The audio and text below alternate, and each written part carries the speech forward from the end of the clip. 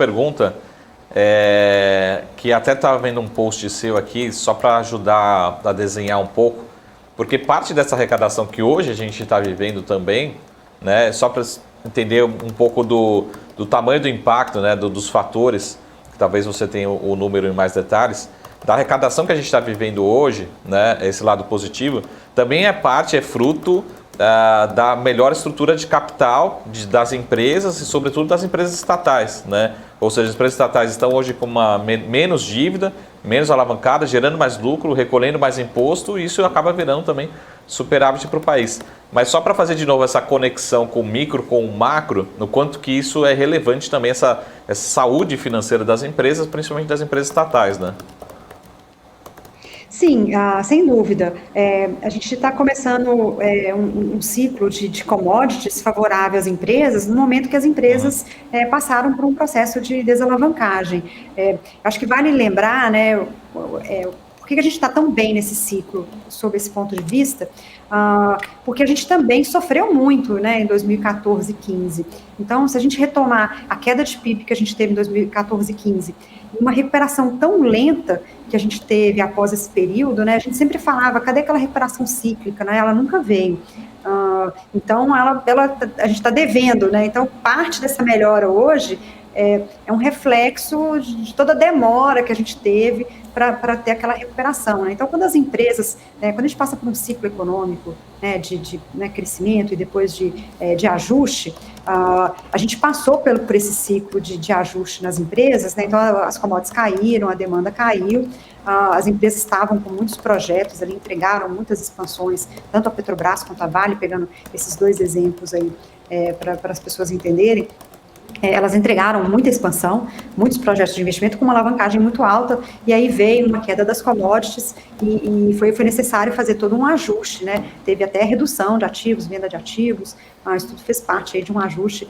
Eu lembro lá em 2015, a Petrobras chegou um momento que ela era inviável. Eu olhava o balanço da Petrobras e você via claramente, assim, essa empresa não paga. A empresa, como ela estava, ela não pagaria a sua dívida. Então, ela precisava realmente passar por uma reestruturação, venda de ativos, né, para que a aceleração da redução da dívida fosse possível, e realmente tudo isso foi feito, não só na Petrobras, nas estatais, mas as empresas privadas também passaram por processos semelhantes. Então, a gente teve a grave crise que reduziu o PIB, reduziu nossa demanda de maneira muito significativa. No pico lá em 2015, a gente chegou a ter queda de 10% do PIB, no acumulado. A gente teve uma recuperação muito lenta de 2016 até 2020, antes da pandemia, e aí parte disso, só fazer um parênteses, parte da recuperação lenta, pouco a gente se lembra, foi uma política monetária muito restritiva. Então, voltando à primeira pergunta aqui do programa, né, existe o risco do Banco Central errar para mais? Existe, e se ele errar para mais, a gente paga um preço caro aí de baixo crescimento por muitos anos,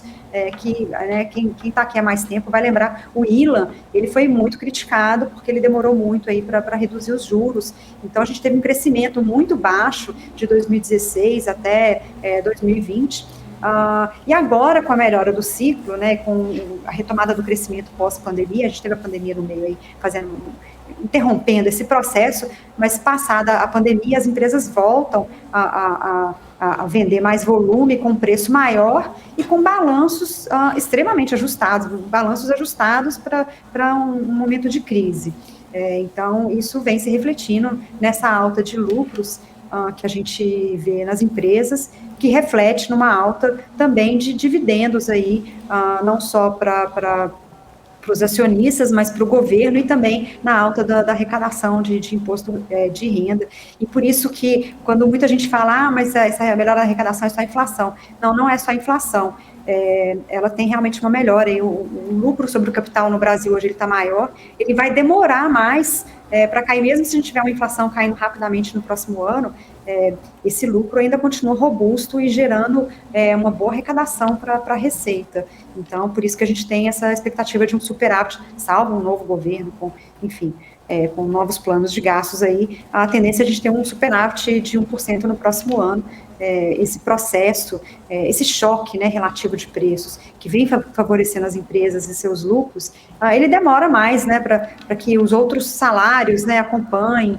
Então, o que vai precisar acontecer para que os lucros das empresas caiam e assim caia o imposto de renda, né? Vai precisar a gente ter salários em alta aí, e esse é um processo que demora, né? Ele aconteceria com muito crescimento aí pela frente. E se a gente tivesse com o mercado de trabalho mais apertado, é o caso nos Estados Unidos, sim, mas aqui no Brasil, aliás, fica aqui também, né, o nosso call, a gente acha que a Bolsa no Brasil está mais barata que lá fora, um pouco até pelo cenário macro, né, a gente ainda tem um ambiente de mercado de trabalho favorável para as empresas nesse sentido, sem pressão salarial nesse momento, o próprio mercado de trabalho crescendo rapidamente como está, mostra isso, né, as empresas estão podendo contratar, os salários não estão crescendo na mesma proporção aí que a inflação, de novo, favorece o lucro das empresas, favorece a arrecadação para o governo também, favorece o fiscal de maneira um pouco mais estrutural do que a maioria das pessoas hoje enxerga. Certo, Rafaela, ficaríamos aqui um tempão conversando, um assunto muito importante, né? Bem assunto explicado. Complexo, eu sei, complexo. É um assunto bastante complexo. Exato. Mas às vezes